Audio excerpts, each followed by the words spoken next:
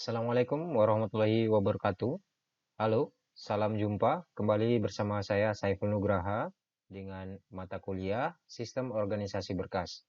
Pada materi sebelumnya kita telah membahas konsep atau pengertian daripada sistem organisasi berkas itu sendiri. Maka untuk materi kali ini kita akan membahas media penyimpanan yang berhubungan dengan sistem organisasi berkas. Langsung saja kita ke materinya. Yang pertama yang harus kita ketahui adalah apa itu media penyimpanan.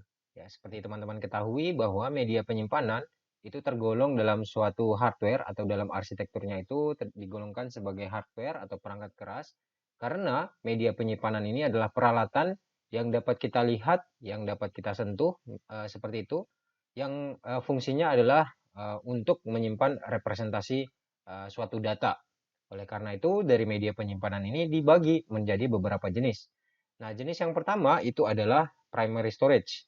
Primary storage atau media penyimpanan primer itu dapat dicirikan dengan yang pertama itu kecepatan akses yang lebih tinggi. Yang kedua, kapasitas terbatas atau bisa dikategorikan sebagai kapasitas yang kecil. Kemudian dapat diakses secara langsung oleh CPU. Kemudian digolongkan sebagai memori utama. Dan yang terakhir itu adalah volatile storage. Nah, nanti kita akan bahas apa itu sih volatile storage. Nah, yang berikutnya ada juga bagian-bagian yang penting yang terdapat di dalam primary storage tadi atau media penyimpanan primer. Yang pertama itu adalah input storage area, di mana fungsinya itu adalah menampung data yang dibaca. Kemudian program storage area itu adalah penyimpanan yang digunakan untuk menyimpan instruksi-instruksi untuk pengolahan data. Seperti itu. Kemudian ada juga working storage area, tempat atau di mana pemrosesan data dilakukan. Gitu. Kemudian yang terakhir itu adalah output storage area, yaitu tempat atau penyimpanan informasi yang telah diolah untuk sementara waktu sebelum disalurkan ke alat-alat output. Nah, berdasarkan hilang atau tidaknya data tersebut yang ada di program seperti itu di dalam media penyimpanan itu tergolong menjadi dua kategori ya. Seperti tadi ciri atau media penyimpanan primer itu digolongkan sebagai volatile storage. Artinya apa? Artinya adalah berkas atau file data atau program bahkan akan hilang jika tidak adanya daya atau listrik yang teralir ke perangkat media penyimpanan tersebut. Ya. Kemudian non volatile storage itu artinya adalah berkas, data atau file bahkan program tidak akan hilang sekalipun listrik itu dipadamkan. Jadi ketika ada listrik ataupun tidak ada, maka media penyimpanan atau berkas itu tidak akan hilang. Itu makanya disebut sebagai non volatile storage. Berbeda dengan volatile storage yang sangat bergantung pada aliran atau daya listrik yang ada. Seperti itu. Jadi ketika data yang ada di dalam primary storage tadi yang bersifat volatile gitu. Jadi ketika listrik tersebut padam atau tidak ada daya yang teraliri di dalam perangkat media penyimpanan tersebut, maka data atau berkas atau file tersebut akan hilang seperti itu. Nah, kemudian berikutnya berdasarkan pengaksesannya ya, berdasarkan pengaksesannya jadi sistem aksesnya. Jadi bagaimana cara data atau file tersebut dapat diakses itu dibagi juga menjadi dua kategori atau dua jenis ya. Seperti teman-teman tahu, itu terbagi menjadi yang pertama itu adalah random access memory dan yang kedua adalah read only memory. Nah, kemudian yang RAM ini adalah bagian dari main memory atau memori utama yang dapat kita isi dengan data atau program dari disket atau sumber lain. Itu di mana data-data dapat ditulis maupun dibaca pada lokasi di mana saja di dalam memori dan kemudian RAM ini adalah bersifat volatile ya. Jadi program atau data atau berkas yang ada di dalamnya akan hilang ketika tidak ada aliran listrik yang menuju kepada perangkat perangkat media penyimpanan seperti random access memory. Berbeda dengan ROM tadi, ya, berbeda dengan ROM yaitu memori yang hanya dapat dibaca. ROM biasanya juga ditulisi program maupun data dari pabrik dengan tujuan-tujuan tertentu. Jadi di dalam komputer misalnya itu sudah diisi bahasa mesin yang di dalamnya atau diisi interpreternya itu di dalam bahasa basic atau bahasa mesin.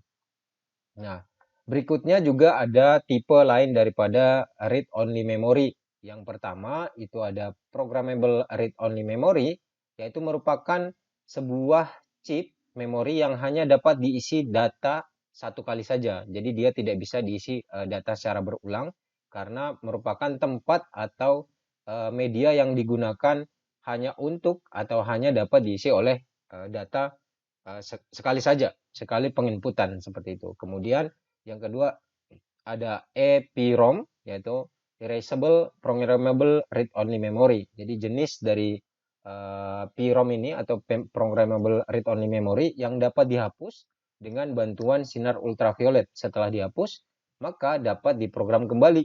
Gitu. Jadi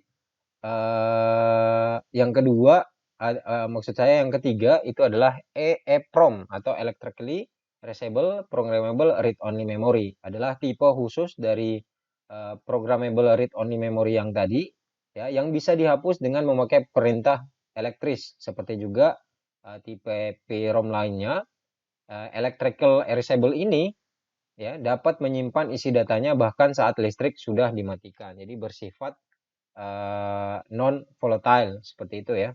Jadi sudah saya sebutkan bahwa kalau jenis daripada read only memory itu adalah non volatile storage atau media penyimpanan yang berisi data atau tidak akan hilang atau tidak akan terhapus ketika aliran listrik sudah dimatikan seperti itu.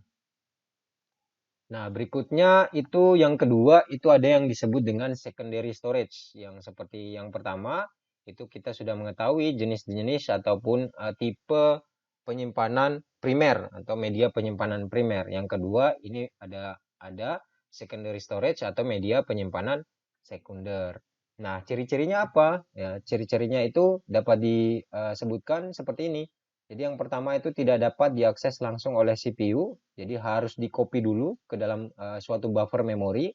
Kemudian kecepatan aksesnya yang lebih rendah gitu dibandingkan dengan media penyimpanan utama ya atau primary storage tadi. Kemudian kapasitasnya besar.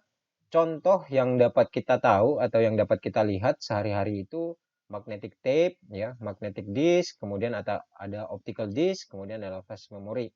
Nah, sifatnya itu adalah non volatile storage gitu. Jadi walaupun tidak ada listrik yang teraliri, walaupun listriknya sudah dimatikan, tetapi media penyimpanan sekunder ini dapat masih atau data yang ada di dalamnya itu masih tersimpan dengan baik seperti itu. Nah, kegunaan utama dari penyimpanan sekunder antara lain penyimpanan program untuk penggunaan masa depan masa mendatang gitu. Jadi tidak hanya sebagai file yang bersifat persisten atau dapat digunakan secara terus-menerus, tetapi dengan adanya penyimpanan sekunder ini program atau data atau berkas itu juga dapat digunakan secara terus-menerus bahkan di masa yang akan datang. Kemudian yang kedua itu adalah penyimpanan informasi juga dalam bentuk file. Nah, dari jenis-jenisnya, ya, dari jenis-jenis daripada penyimpanan sekunder ini atau jenis secondary storage, itu dibagi juga menjadi beberapa jenis. Yang pertama itu adalah serial atau sequential access storage device. Gitu. Jadi tidak dapat diakses secara langsung, di posisinya harus sekuen atau urut. Jadi bagaimana mengakses suatu file yang ada di dalamnya, itu harus secara urut. Gitu. Jadi misalnya ada 5 file. Jadi ketika saya ingin atau teman-teman ingin mengakses suatu file yang berada di indeks nomor 5 atau berada di posisi 5, itu kita harus mengurutkan terlebih dahulu. Jadi dia harus membaca nomor 1 atau membaca file yang setelahnya di nomor 2, nomor 3, 4 sampai dengan nomor 5 yang ingin kita baca atau kita akses seperti itu. Nah, kekurangan atau kelebihannya itu kapasitas lebih besar, harga per bit informasi yang dapat direkam lebih murah, kemudian kecepatan lebih lambat berbanding dengan direct access storage device atau DASD. Nah, contoh daripada SASD ini adalah magnetic tape, punch card, punch paper tape. Seperti itu. Nah, berikutnya yang sudah dibahas tadi juga ada Direct Access Storage Device atau DASD. Nah, berbeda dengan SASD tadi, jadi di dalam secondary storage ini atau jenis secondary storage yang dinamakan dengan DASD ini dapat diakses secara langsung di posisinya. Jadi tidak seperti tadi ya. Jadi tidak seperti mengurutkan terlebih dahulu atau membaca file yang ada sebelumnya. Jadi dapat diakses secara langsung. Jadi misalnya seperti tadi ada media atau file yang berisi pada media penyimpanan nomor 5. Jadi ketika ingin membacanya atau mengaksesnya langsung direct atau langsung kepada file yang bernomor 5 seperti itu. Jadi tidak seperti yang tadi yang harus urut dulu gitu. Yang satu, kemudian membaca yang nomor 2, membaca nomor 3, membaca nomor 4 dan terakhir membaca nomor 5. Kelebihan dan kekurangannya, kapasitas lebih besar, harga per bit informasi yang dapat direkam lebih murah, kecepatan lebih lambat berbanding dengan main memory. Jadi di sini sudah dilihat bahwa kecepatan daripada secondary storage itu pasti berbeda dengan main memory ya atau penyimpanan utama atau penyimpanan primer. Gitu. Contohnya itu apa? Contohnya itu adalah magnetic disk, floppy disk, kemudian ada juga mass storage. Gitu. Nah, kemudian pembahasannya itu adalah pertimbangan yang kita bisa gunakan sebagai atau untuk memilih alat media penyimpanan ya. Jadi seperti teman-teman misalnya yang menggunakan atau membuat suatu aplikasi, membuat suatu sistem, membuat suatu database yang hubungannya dengan media penyimpanan, pasti perlu pertimbangan-pertimbangan gitu. Nah, pertimbangan dalam menggunakan alat penyimpanan atau media penyimpanan ini seperti apa? Jadi yang pertama itu adalah cara penyusunan datanya. Kemudian ya berbicara dengan media penyimpanan tentu kita harus mempertimbangkan juga kapasitasnya, apakah besar, apakah kurang besar, apakah sudah cukup dengan aplikasi atau sistem yang kita buat seperti itu. Kemudian waktu aksesnya, nah yang berikutnya itu juga kecepatan transfer data. Nah kecepatan transfer data ini sangat penting juga. Jadi bagaimana mengolah data yang tersimpan itu hubungannya dengan kecepatan transfer data. Yang berikutnya itu ada harga, kemudian persyaratan pemeliharaan dan juga ada standarisasi daripada kita memilih alat penyimpanan atau media penyimpanan yang kita gunakan. Nah, pihak-pihak terkait yang berhubungan dengan penyimpanan data, ya tentu misalnya seperti tadi ya. Jadi ketika teman-teman membuat suatu sistem, membuat suatu database ya, atau implementasi dari database manajemen sistem, jadi hubungannya itu dengan penyimpanan data. Nah, pertimbangannya tadi ada kapasitasnya, ada kecepatan transfer datanya, ya. Kemudian ada juga standarisasi yang harus menjadi pertimbangan. Nah, sifat dari penyimpanan data ya itu menggunakan kaidah 3 mudah atau bisa disebut mudah disimpan, kemudian mudah dicari, kemudian juga mudah diubah. Ini dari kaidah-kaidah ini kaidah dalam bagaimana kita mengorganisasi suatu berkas di dalam media penyimpanan gitu. Jadi media penyimpanan yang kita gunakan harusnya mudah untuk disimpan, kemudian mudah untuk dicari, bahkan mungkin lebih jauh itu mudah diolah kembali gitu ya. Gitu. Nah, berikutnya itu ada pembagian media penyimpanan. Dari metode akses ya, dari metode akses yang dilaksanakan atau yang dilakukan pada media penyimpanan itu ada dua ya. Yang pertama itu ada sekuensial, ada direct. Yang sekuensial tadi sudah sedikit dibahas bahwa bagaimana mengaksesnya berarti secara runut atau secara berurutan kita mengakses keseluruhan file atau berkas yang ada di dalam media penyimpanan tersebut. Ya, seperti tadi misalnya mau mengakses file yang ada di nomor 5, jadi kita harus mengurutkan satu dulu, kita membaca file yang kedua, membaca file ketiga, dan juga membaca file keempat sampai dengan file yang kelima. Kemudian kalau metode direct berarti langsung dia tidak perlu mengurutkan kembali file atau berkas-berkas yang ada sebelumnya. Nah, untuk pengorganisasian datanya, ini juga hampir sama dengan menambahkan indeks sekuensial. Jadi seperti tadi di media penyimpanan ketika kita menyimpan suatu file atau suatu berkas atau suatu data, kita harus memberikan indeks gitu. Jadi misalnya tadi ya indeks 1, indeks 2, indeks 3, indeks 4 dan indeks yang kelima gitu. Jadi untuk tekniknya juga ada sekuensial dilakukan secara berurut, kemudian direct itu dilakukan secara langsung gitu.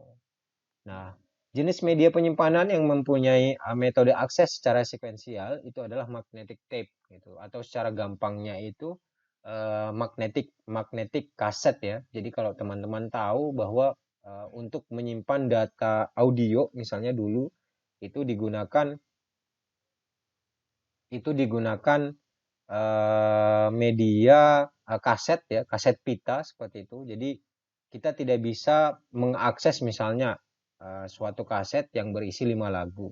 Untuk mengakses lagu yang kelima itu kita tidak bisa langsung mengakses lagu yang kelima, tetapi harus dengan menggunakan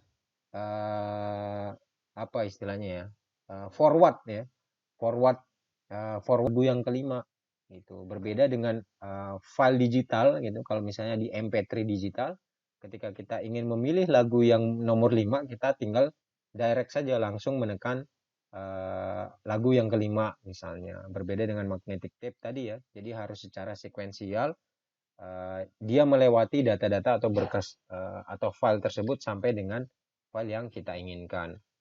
Nah, kemudian jenis media penyimpanan yang punya metode akses secara direct tadi, misalnya optical disk, ya, magnetic disk, dan juga flash memory. Nah, sedikit tentang magnetic tape tadi. Merupakan media penyimpanan sekunder dengan pengaksesan secara sekuensial dan biasanya digunakan untuk komputer jenis mini atau mainframe. Ini jenis komputer jenis mini atau mainframe yang lama ya, yang masih menggunakan media penyimpanan secara tape gitu, secara pita. Nah, kemudian dua jenis magnetic tape yang biasa digunakan itu adalah mempunyai dua bentuk standar atau dua jenis mempunyai bentuk standar yang memiliki lebar pita kurang lebih setengah inci atau 12,7 mm. Magnetik terbuat dari plastik tipis yang dilapisi magnetik pada permukaannya. Seperti ini ya, dalam merekam suatu data atau misalnya kalau perekaman suatu audio, perekaman suatu video atau perekaman data itu digunakan suatu pita magnetik.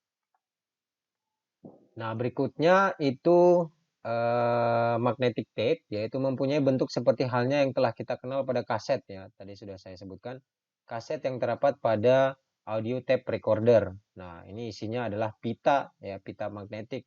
Sama halnya dengan magnetic tape tadi yang digunakan itu adalah cara pengaksesan daripada media penyimpanan ini atau magnetic tape ini secara sekuensial seperti itu.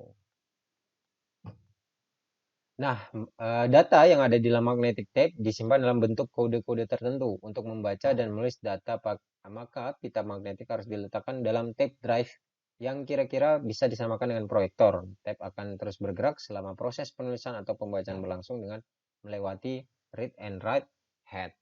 Kemudian data yang akan direkam dalam guratan magnetik. Sekali data tersebut terekam, maka data akan tetap tinggal sampai data tersebut terhapus atau diganti dengan data baru. Kemudian data yang terdapat pada magnetic tape akan terbagi secara horizontal yang disebut channel atau track dan secara vertikal dalam bentuk kolom ataupun frame. Seperti itu. Nah, pertanyaannya, kenapa data harus di-backup dalam suatu media penyimpanan? Yang pertama, alasannya itu adalah untuk bagaimana kita menghindari resiko dari perangkat atau piranti yang selalu bergerak sehingga menyebabkan kerusakan data. Seperti itu. Kemudian kenapa harus kita backup ya? Karena dapat kita ketahui bahwa data itu dapat hilang karena terjadi sentuhan yang tak wajar antara head dengan permukaan disk. Jadi perlu adanya media penyimpanan lain ya yang digunakan untuk kita dapat membackup suatu data. Nah, seperti itu. Nah, kemudian representasi data pada magnetic tape, data direkam secara digit pada media tape sebagai titik-titik magnetisasi pada lapisan peroksida ya. Kemudian tab untuk kode EBCDIC terdiri atas 9 track. 8 track dipakai untuk merekam data dan track ke-9 untuk koreksi kesalahan. Makanya dalam magnetic tape ini juga disebut dengan error check. Itu ada yang disebut dengan event parity dan juga ada odd parity. Seperti itu. Nah, keuntungan penggunaan magnetic tape. Yang pertama itu panjang record tidak terbatas, density juga tinggi, volume penyimpanan datanya besar dan harganya murah, kecepatan transfer data tinggi, kemudian yang terakhir itu adalah sangat efisiensi bila semua atau kebanyakan record dari sebuah tape file memerlukan pemrosesan seluruhnya. Keterbatasan penggunaan magnetic tape itu adalah akses langsung terhadap record lambat ya, karena dia masih menggunakan sekuensial tadi gitu ya. Jadi akses terhadap record itu pasti sangat lambat karena menggunakan metode akses sekuensial. Kemudian yang kedua ada masalah lingkungan, ada memerlukan penafsiran terhadap mesin dan nah ini tadi proses yang dilakukan harus sekuensial atau secara berurutan. Nah, organisasi berkas dan metode akses pada magnetic tape itu adalah membaca atau menulis pada suatu magnetic tape adalah secara sekuensial. Artinya untuk mendapatkan tempat suatu data, maka data yang di depannya harus dilalui terlebih dahulu. Gitu. Maka dapat dikatakan organisasi data pada file di dalam tape dibentuk secara sekuensial dan metode aksesnya juga secara sekuensial. Seperti itu. Nah, yang berikutnya itu adalah optical disk. Optical disk itu adalah media penyimpanan yang aksesnya langsung ke dalam disk yang menulis dan membaca dengan bantuan cahaya. Gitu. Jadi optik ya, optik. Nah, contoh media penyimpanan yang bersifat optik ini adalah ya biasa CD, DVD gitu ya. Jadi bagaimana membaca, bagaimana memutarnya itu dengan bantuan cahaya atau optik yang ada di dalam perangkat penyimpanannya gitu. Jadi misalnya di sini CD-ROM dapat menyimpan data hingga 600 MB, tetapi kini banyak yang memasarkan dalam ukuran yang lebih besar atau gigabyte gitu. Dengan kapasitas yang begitu besar, maka daya tampung CD-ROM bisa disamakan dengan sekitar 430 disket yang berukuran 1,4 MB. Kalau disket ini sepertinya sudah tidak digunakan lagi. Jadi yang sering kita gunakan itu adalah CD-ROM atau DVD gitu ya. Nah, kemudian untuk melakukan penyimpanan data, CD-ROM menggunakan panas sinar laser yang akan membakar metalik film melalui lubang khusus. Lubang inilah yang menyajikan data dalam bentuk binary. Dikarenakan hal tersebut, data yang sudah tertulis di atas CD-ROM belum bisa diperbaiki atau diganti dengan baru. Gitu. User hanya bisa membaca untuk kemudian dipindahkan ke dalam hard disk. Hal ini sesuai dengan namanya yaitu compact disk read only memory gitu. Nah, saat ini cukup banyak juga yang mempunyai kemampuan read and write. Jadi tidak hanya membaca tetapi digunakan juga untuk menulis. Dalam arti kata menulis dan membaca secara berulang seperti halnya sebuah disket gitu. Kemudian bentuk track pada CD-ROM ini adalah spiral atau track ini akan terus menyambung mulai dari bagian luar melingkar sampai ke bagian dalam. Seperti itu. Nah, yang terakhir itu adalah magnetic disk ya, di mana magnetic disk ini adalah media penyimpanan yang digunakan pada peralatan atau penyimpanan magnetik yang dilapisi dengan logam oksida ya. Yang berarti jika dibiarkan pada bidang yang mengandung magnet secara permanen akan menjadi magnet. Nah, penggeraknya itu menggunakan motor atau kalau kita biasa dengar itu seperti atau disebut dengan spindle ya atau motor penggerak disk tersebut gitu. Jadi untuk memutar media pada kecepatan tinggi. Makanya biasanya kemampuan motor ini dengan kecepatan yang tinggi berarti akses informasi atau data yang ada di dalamnya juga semakin cepat gitu.